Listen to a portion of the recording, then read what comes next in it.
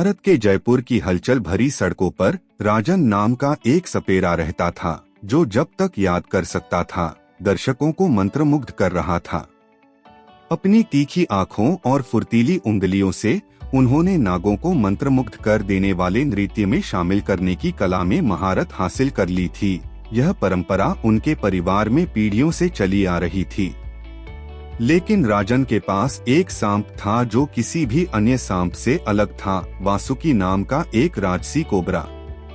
वासुकी कोई साधारण सांप नहीं था, वह पूरे क्षेत्र में अपनी उत्कृष्ट सुंदरता और मनमोहक चाल ढाल के लिए जानी जाती थी।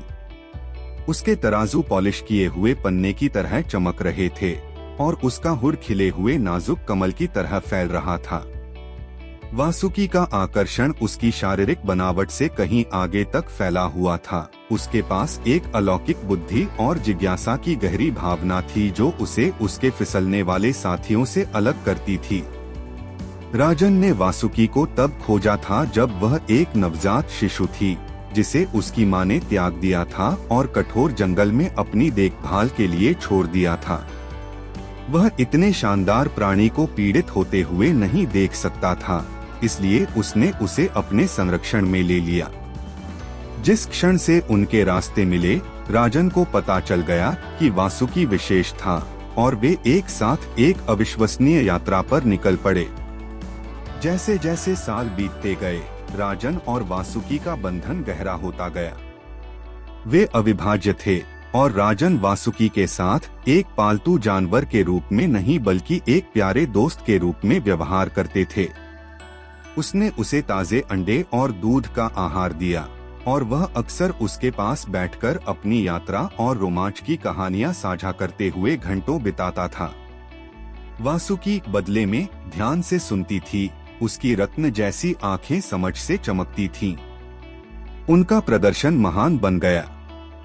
जब वासुकी राजन की बांसुरी की मनमोहक धुन पर थिरकते थे, तो भीड़ आश्चर्यचकित हो जाती थी। उनकी हरकतें मनमोहक धुनों के साथ तालमेल बिठाती थीं। लोगों का मानना था कि वासुकी ने ब्रह्मांड के रहस्यों को अपनी आंखों में कैद कर रखा है और जो लोग उसके नृत्य को देखने के लिए भाग्यशाली थे, उन्हें सौभाग्यशाली माना जाता था। लेकिन जैसे जैसे वासुकी बड़ी होती गई, राजन को उसके व्यवहार में बदलाव नजर आने लगा। वह अब उनके प्रदर्शन के लिए पहले जैसा उत्साह नहीं दिखाती थी और उसकी चमकीली आंखें उदासी से घिरी हुई लगती थीं। उसकी भलाई के बारे में चिंतित राजन ने शहर के बाहरी इलाके में रहने वाले एक बुद्धिमान बूढ़े ऋषि से सलाह ली। जानवरों और उनकी आत्माओं के बारे में अपने ज्ञान के लिए जाने जाने वाले ऋषि ने मदद की पेशकश की।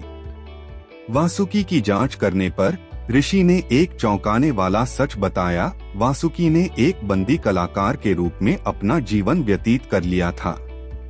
उनमें आजादी और उस विशाल जंगल के लिए एक सहज लालसा थी जहां वह वास्तव में थी। राजन का दिल पसीज गया जब उसे एहसास हुआ कि उसने अनजाने में अपनी प्यारी दोस्त को उसके प्राकृतिक आवास से दूर कर दिया है। भारी मन से राजन ने वासुकी को मुक्त करने का फैसला किया।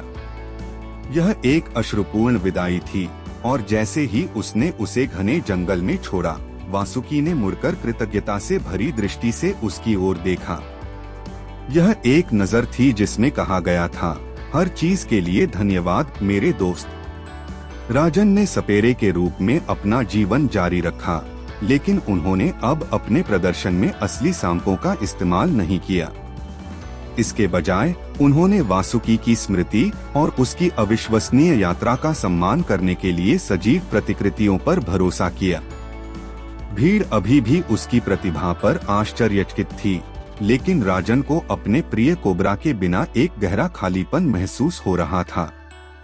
इस बीच वासुकी अपने प्राकृतिक आवास में फली फूली और जंगल में अपना स्थान पुनः प्राप्त कर लिया। वह हर गुजरते दिन के साथ मजबूत, समझदार और अधिक राजसी होती गई। उसकी अविश्वसनीय सुंदरता और अनुग्रह की चर्चा पूरे जंगल में फैल गई और वह उन सभी प्राणियों के लिए आशा और प्रेरणा का प्रतीक बन गई जो जंगल को अपना घर कहते थे। राजन की कहानी जयपुर में एक किंवदंती बन गई, प्रेम, त्याग और मनुष्य और प्रकृति के बीच गहरे संबंध की कहानी।